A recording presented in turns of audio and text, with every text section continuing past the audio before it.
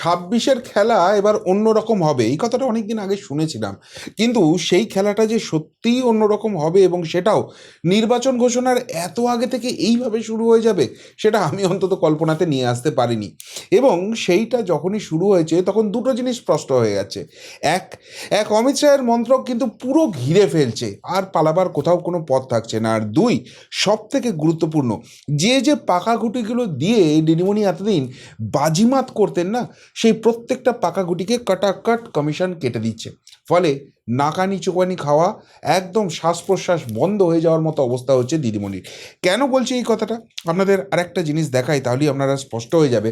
দেখুন, এর আগে আমরা বারবারই শুনেছি যে বা দেখেছি এই রাজ্যে বাহিনী এসছে, এবং সেই বাহিনী আসার পর তাদেরকে কখনো ওই হাজারদুয়ারি দেখতে পাঠানো হয়েছে, কখনো 3 মা নাকি যোগান দিয়ে দেওয়া হয়েছে, এবং সেই মগুলো ব্যবহার করে তারা একদম নিশ্চুপ হয়ে থেকেছে। কখনো বা যেখানে গণ্ডগোল হচ্ছে সেখানে বাহিনী পাঠানোই হয়নি, যেখানে শান্তিপূর্ণ ভোট হয়েছে সেইখানে বাহিনী পাঠিয়ে দেওয়া হয়েছে, আর উন্নয়ন বাহিনী ওই অশান্তির জায়গায় অবাধে লুটপাট চালিয়ে গেছে। কখনো বা অশান্তির জায়গায় হয়তো বাহিনী গেছে, কিন্তু ঘটনা ঘটার 4 ঘন্টা বাদে সেখানে পৌঁছেছে, তাদেরকে ঘুর পথে নিয়ে গেছে। ফলে অনেকের মনেই প্রশ্ন হচ্ছে, এই যে 1 মার্চ 240 কোম্পানি এবং তারপর 10ই মার্চ আরও 240 কোম্পানি, অর্থাৎ প্রায় 50,000 সেনা বাংলায় নামছে, আলটিমেটলি তাতে লাভের লাভ কিছু হবে কি? তাদেরকে তো ওইভাবেই ব্যবহার করা হবে না, এবারে কিন্তু একদম অন্যভাবে ব্যবহার করা হচ্ছে, এবং তার একাধিক কারণ রয়েছে। পুরোটা ব্যাখ্যা করলে আপনারা এক এক করে বুঝতে পারবেন।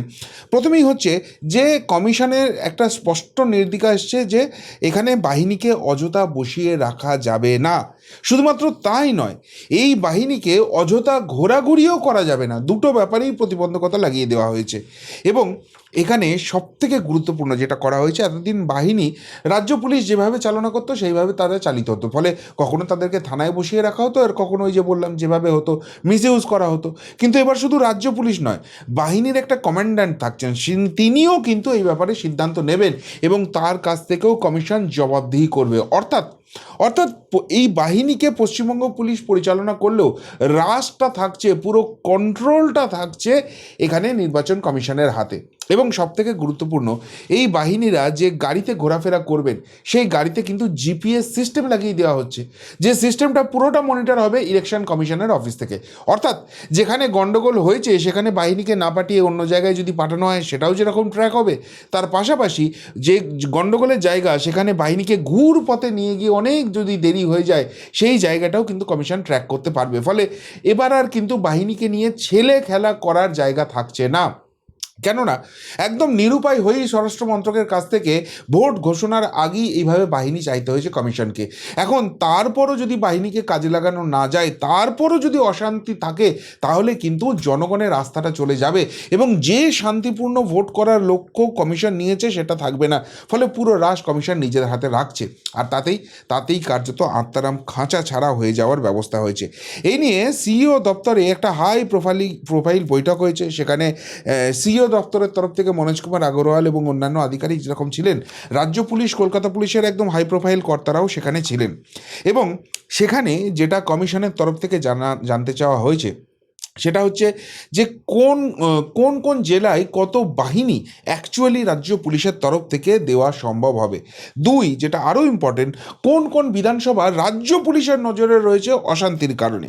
3, স্থানীয় অপরাধীদের কি স্ট্যাটাস রয়েছে, তাদের কতজন জামিনে রয়েছে, নতুন করে তারা কোন অপরাধে যুক্ত রয়েছে, পুলিশ সেখানে কী ব্যবস্থা রয়েছে, তার ডিটেলস রিপোর্ট সেখান থেকে চাওয়া হয়েছে। কেন এই জিনিসগুলো চাওয়া হচ্ছে?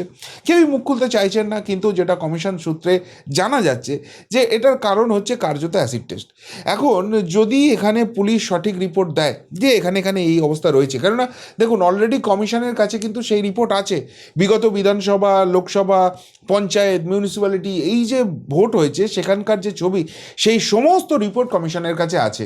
কিন্তু এগুলো এতদিন কাজে লাগানো যায়নি কেন? কেননা ওই 14 তলা থেকে একজন আজ্ঞাবহ তল্পিবাহককে এখানে কমিশনের অফিসে বসিয়ে দেওয়া হতো, যেটা এবারে election commission, central election commission বন্ধ করে দিয়েছে, যে কারণে দিদিমণির ছটফটানি হয়েছে। তো যাই হোক, কমিশনের কাছে সেই রিপোর্ট আছে, সেই রিপোর্টের বেসিসে কমিশন কিন্তু আগে থেকেই পুরো ম্যাপটা করে রেখে দিয়েছে।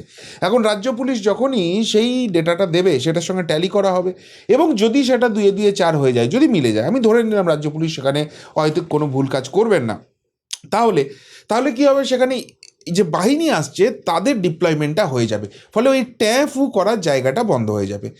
আর আর যদি বাই চান্স কোনো কারণে এমন রিপোর্ট আসে যেটা কমিশনের রিপোর্টের সঙ্গে মিসম্যাচ হচ্ছে, তাহলে বোঝা যাবে যে এই পুলিশের রিপোর্টের উপর ভরসা করে তারা নির্বাচন পরিচালনা করতে পারবে না। আর সেক্ষেত্রে কমিশন যেভাবে সংঘাতের পরিবেশে চলে গেছে, তারা কেন্দ্র সরকারকে রিকোয়েস্ট করবে ভোটটাকে শান্তিপূর্ণভাবে করতে, তাদেরকে পূর্ণ সহায়তা করতে, অর্থাৎ কেন্দ্রীয় হস্তক্ষেপে ভোট হবে। তাহলে পরিস্থিতি কি দাঁড়াচ্ছে? এগুলোও সর্বনাশ, পিছলে নির্বংশ। অর্থাৎ যদি সঠিক রিপোর্ট দেয় সেখানে বাহিনী চলে যাবে এবং তার ফলে উন্নয়ন বাহিনীর ট্যাফও বন্ধ হয়ে যাবে। আর যদি সঠিক রিপোর্ট না হয় তাহলে এদের উপর আস্থা থাকবে না, এই রিপোর্টটাকেই কার্যত ডিসকার্ড করে দেওয়া হতে পারে এবং পুরো ভারটা চলে যেতে পারে কেন্দ্রীয় সরকারের কাছে, এবং সেটা মহামান্য সুপ্রিম কোর্টের মাধ্যমে সেখানে আবেদন করে তাদের নির্দেশিকা নিয়ে এটা হতে পারে, যেখানে আর কেউই নাক গলাবার সুযোগ পাবে না। তার মানে বুঝতে পারছেন, এবার ওই বাহিনীকে ঘুরপথে গিয়ে ভাগীরথী দেখিয়ে, হাজারদুয়ারি দেখিয়ে, সানগ্লাস কিনিয়ে আর ভোটটা কিন্তু ম্যানেজ করার কোনো জায়গা থাকছে না। সেই জায়গাটা কমিশন অন্তত প্রথম থেকেই গ্রিপ নিচ্ছে। এদিকে আপনাদের একটা কথা মনে হতে পারে যে সবই তো মেনে নিলাম, কিন্তু এসব কথা অতীতেও শুনেছি, আলটিমেটলি তো এফেক্টিভ হতে দেখিনি, এবার এফেক্টিভ হবে।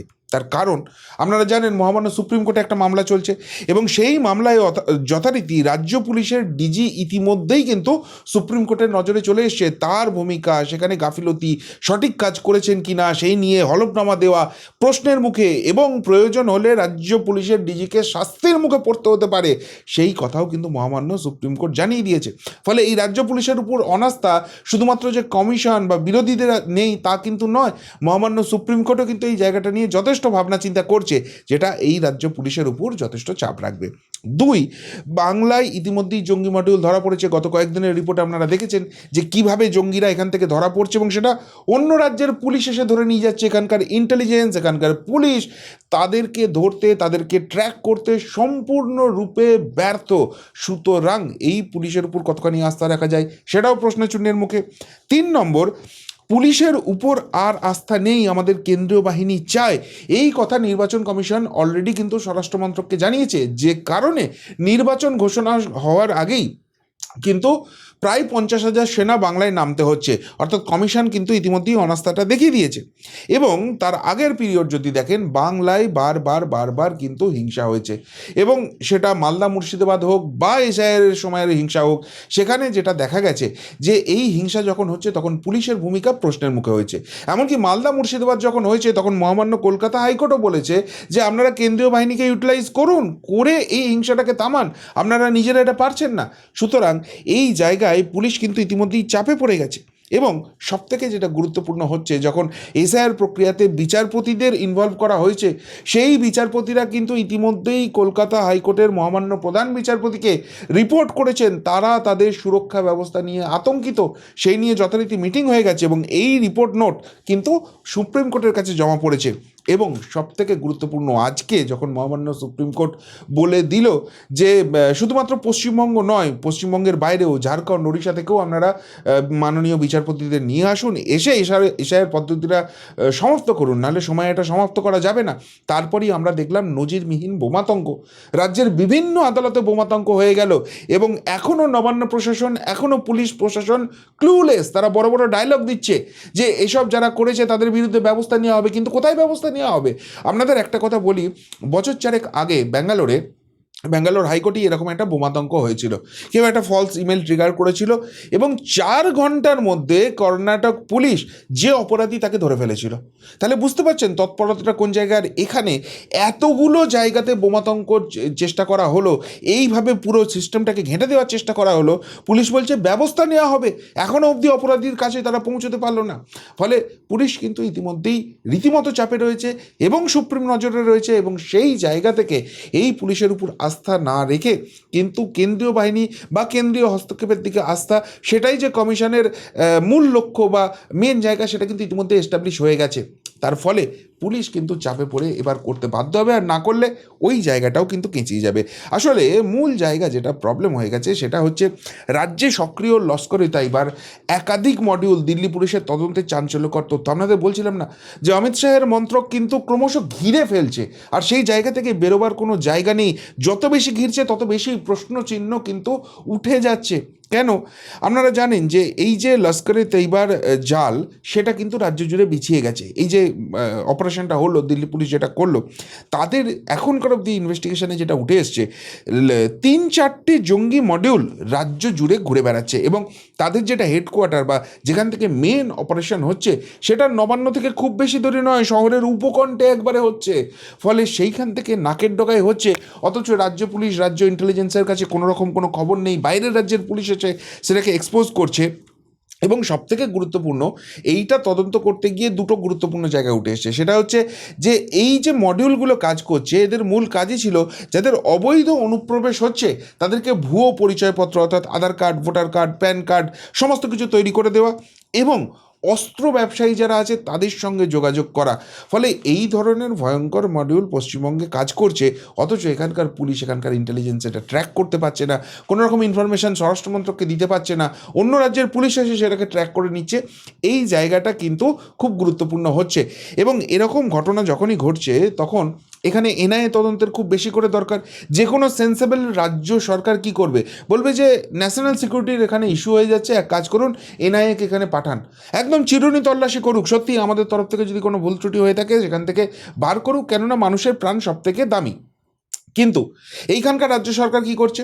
এইখানকার রাজ্য সরকার যেটা করছে সেটা হচ্ছে এই এনআইএ তদন্ত আটকানো। আপনারা বেলডাঙ্গা কাণ্ড জানেন, সেখানে মহামান্য কলকাতা হাইকোর্টের নির্দেশে কেন্দ্রীয় সরকার নির্দেশ দিয়েছে যে এখানে এনআইএ তদন্ত হবে, অথচ এনআইএ তদন্ত যখনই শুরু হয়েছে তাদেরকে পদে পদে বাধা দেওয়া হয়েছে। এই এনআইএ তদন্ত আটকাবার জন্য মহামান্য কলকাতা হাইকোর্টে যাওয়া হয়েছে, সুপ্রিম কোর্টে যাওয়া হয়েছে, সব জায়গায় ধাক্কা খেয়েছে, কিন্তু তারপরেও কেস ডায়েরি হস্তান্তর করছে না। তারপরেও ওই যে অপরাধীরা বেলডাঙ্গায় ধরা পড়েছে তাদেরকে যে এসে কোর্টে প্রডিউস করা হবে, সেই পুলিশ সিকিউরিটিটুকু অবধি দেওয়া হচ্ছে না, এরা বাধা দিচ্ছে। শুধুমাত্র তাই নয়, কিছুদিন আগে ভূপতিনগর, সেই ভূপতিনগরে বোম ব্লাস্ট হয়েছিল, এবং সেই বোম ব্লাস্টের সঙ্গে নাম যুক্ত হয়েছিল শাসক দলের কর্মী। তো সেই ভূপতিনগরেও এনআইএ কাণ্ড হয়েছিল, তাদের হাতে অ্যারেস্ট হয়েছিল। সেই ভূপতিনগর কাণ্ডে এনআইএ তদন্ত রোখার জন্য রাজ্য সরকার চলে গিয়েছিল সুপ্রিম কোর্টে। আজকে মহামান্য সুপ্রিম কোর্ট বলে দিয়েছে না, এসব হবে না, যে এনআইএ তদন্ত করবে, এখানে দেশবিরোধী শক্তি রয়েছে। ফলে প্রশ্নটা উঠছে যে যেখানে দেশবিরোধী শক্তি রয়েছে, একটা এজেন্সি তদন্ত করছে এবং সেটা মহামান্য সুপ্রিম কোর্টের নজরদারিতে হচ্ছে, সেখানে স্ট্যাটাস রিপোর্ট জমা পড়ছে, সেখানে রাজ্য সরকার আটকাতে এত মরিয়া হয়ে যাচ্ছে কেন? উত্তরটা পাওয়া যাবে বোধহয় এই প্রশ্নটার দিকে তাকালে। মালদা, আমরা টিএমসি করি, আমার ছেলেও টিএমসি করতো, মুখ খুললেন জঙ্গি উমরের মা। এই যে জঙ্গি উমর খালিদ ধরা পড়েছে, তার মা বলছে আমিও টিএমসি করি, আমার ছেলেও টিএমসি করে, আমাদের ফাঁসানো হয়েছে। এখন দেখুন, কেউ ধরা পড়েছে, ধরা পড়ার পর বাঁচার জন্য, রাজনৈতিক আশ্রয়ের জন্য শাসক দলের নাম নিচ্ছে কি? এই প্রশ্নটা উঠছে। কিন্তু উত্তরটা উল্টো দিকে আবার অন্যরকম হচ্ছে, যে যদি তাই হয়ে থাকে, এখনও শাসক দলের তরফ থেকে বা প্রশাসনের তরফ থেকে এটাকে তো হুট আউট করে দেওয়া হয় না, স্থানীয় স্তরের মানুষের তরফ থেকে তো হুট আউট করে দেওয়া হয়নি যে না না না না এদের সঙ্গে তৃণমূলের কোনো যোগ ছিল না। তাহলে এই যে জায়গাটা হচ্ছে, এটাই কি 2 দিয়ে 4 হচ্ছে? যে এখানে কোথাও গিয়ে শাসক দলের সঙ্গে যুক্ত রয়েছে, যোগ রয়েছে, এবং এই তদন্ত যত বেরোবে তত আরও বড় বড় জিনিস সামনে চলে আসবে। সেই জন্য রাজ্য সরকার এনআইএ তদন্ত আটকাবার জন্য ছুটছে। কেননা যেখানে অন্য রাজ্যের পুলিশ এসে জঙ্গি ধরে নিয়ে যাচ্ছে এই রাজ্য থেকে, এবং কাউকে ক্লিনচিট দেওয়ানো যাচ্ছে না যে না তারা জঙ্গি নয়, রাজনৈতিক প্রতিহিংসার জন্য এনআইএদেরকে অ্যারেস্ট করেছে, এরকম কিচ্ছু প্রুফ এখন অবধি করানো যায়নি। তাহলে সেই জায়গা থেকে যেখানে রাজ্য পুলিশ ফেল করছে, রাজ্যের ইন্টেলিজেন্স ফেল করছে, তো সেই জায়গা থেকে এখানে এনআইএ তদন্ত হলে সেটাকে বাধা দেওয়ার চেষ্টা করা হচ্ছে কেন? এটাই কিন্তু কেন্দ্রীয় গোয়েন্দাদের আরও সন্দেহ বাড়াচ্ছে। ফলে কেন্দ্রীয় স্বরাষ্ট্রমন্ত্রক কিন্তু আরও বেশি করে নজরদারি বাংলায় চালাবে, এবং সেটা যত বেশি হবে তত ছটফটানি, আতঙ্ক বাড়বে।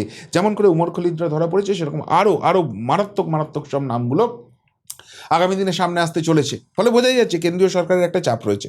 কিন্তু এই জায়গা থেকে আরেকটা প্রশ্ন আসছে যে তাহলে এই কমিশন, বিভিন্ন রকম যে কেন্দ্রীয় সংস্থা রয়েছে, স্বরাষ্ট্রমন্ত্রী অমিত শাহজি রয়েছেন, তাদের উপর ভরসা করেই কি বিজেপি জেতার আশা করছে? না, একবারেই নয়। কেন বলছি সেই কথাটা? কেননা পরিষ্কারভাবে বিজেপির যিনি রাজ্য সভাপতি অর্থাৎ বঙ্গ বিজেপির যিনি ক্যাপ্টেন সেই শ্রমিক ভট্টাচার্য বলে দিয়েছেন, কোনো এজেন্সি বা বাহিনী নয়, এবারের ভোট আমরা নিজেদের কায়দায় লড়বো। কোন কায়দার ইঙ্গিত শ্রমিকের? অবভিয়াসলি তিনি তার স্ট্র্যাটেজি ফাঁস করেননি, করবেনও না, তিনি একজন পাকাপোক্ত রাজনীতিবিদ। কিন্তু যে ইঙ্গিতটা তিনি দিয়েছেন যে এবার কিন্তু 1 ইঞ্চি মাটিও ছাড়া হবে না। ওদিকে কেন্দ্রীয় বাহিনীর কাজ করবে, কেন্দ্রীয় তদন্তকারী সংস্থা তাদের কাজ করবে, কমিশন তাদের কাজ করবে, কিন্তু মানুষকে বুথে টেনে এনে ভোট দেওয়ানোর যে কাজটা, এই বাংলায় পরিবর্তন না করলে মানুষের সর্বনাশ হয়ে যাবে, এই জায়গাটা বোঝানো, এইটা বিজেপি কিন্তু 1 ইঞ্চিও জমি ছাড়বে না। এবং সেটার জন্য কিন্তু অলরেডি তারা জমি প্রস্তুত করতে শুরু করে দিয়েছে। তাদের যে কেন্দ্রীয় নেতৃত্ব আছে, যারা এই ধরনের অড সিচুয়েশানে জিতেছে, সেই সব নেতৃত্বকে বাংলায় নিয়ে আসা হচ্ছে, তাদের যে অভিজ্ঞতাটা রয়েছে সেটাকে কাজে লাগানো হচ্ছে এবং বাংলার এই যে 2026-এর যুদ্ধটা সেটা অনেক বেশি শক্তিশালী করা হচ্ছে। যেমন দিল্লির মুখ্যমন্ত্রী রেখা গুপ্তাজি, তাকে নিয়ে আসা হয়েছিল। ভাইয়ের পর পালা দিদির, অর্থাৎ রেখা গুপ্তার নেতৃত্বে দিল্লিতে অরবিন্দ কেজরিওয়ালকে হারানো হয়েছে, সেখানেও এই একই মডেল কাজ করছিল। এবার তিনি পরিষ্কারভাবে বলে দিচ্ছেন যে অরবিন্দ কেজরিওয়াল গেছে, এবার পালা কিন্তু এই রাজ্যের মুখ্যমন্ত্রী। এবার সেটা নিয়ে তৃণমূল কটাক্ষ ফটাক্ষ করেছে, তা করতেই পারে। এবার কটাক্ষ করে বলছে ওদের লোক কোথায়। এখন প্রশ্ন হচ্ছে, যদি বিজেপির সবাই লোক না হয়, তাহলে তো সব থেকে বেশি আনন্দিত হওয়ার কথা তৃণমূলের, যে এদের সঙ্গে লোক টোক কিছু নেই, আমরা ড্যাং ড্যাং করে জিতছি।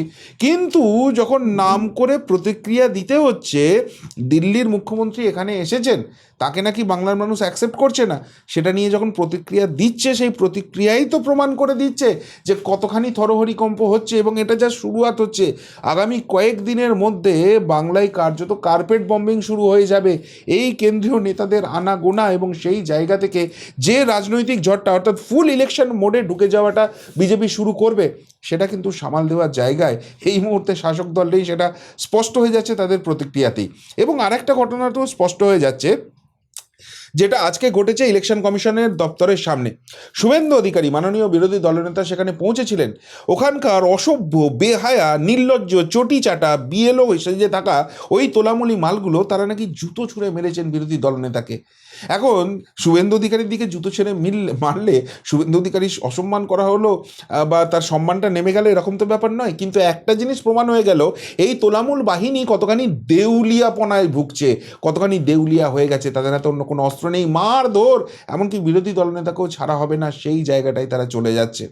আসলে যেটা প্রবলেম হয়েছে সেটা হচ্ছে, শুভেন্দু অধিকারী 2জন ডিএম এবং একজন এডিএম তাদের বিরুদ্ধে অভিযোগ নিয়ে গেছিলেন, এবং সেটা পাকাপোক্ত প্রমাণ নিয়ে, যারা এই অবৈধ ভোটার, বিশেষ করে অবৈধ বাংলাদেশি রোহিঙ্গা যারা রয়েছে, তাদেরকে চাপ দিয়ে নিজেদের ক্ষমতার অপব্যবহার করে ভোটার তালিকায় নাম তোলাতে চাইছে, যারা ওই তোলামূল বাহিনীর এক্সটেন্ডেড ভার্সন হিসেবে কাজ করছে, সেই সমস্ত তথ্য প্রমাণ দিয়ে আসতে গেছেন। আর কমিশন যেরকম খড়গহস্ত মুন্ডে আছে, সেই জায়গা থেকে এই তথ্য প্রমাণগুলো নিয়ে বিচার করা হবে, এবং সেখানে সত্যিই যদি দোষী পাওয়া যায়, কঠিনতম শাস্তির মুখে পড়তে হবে।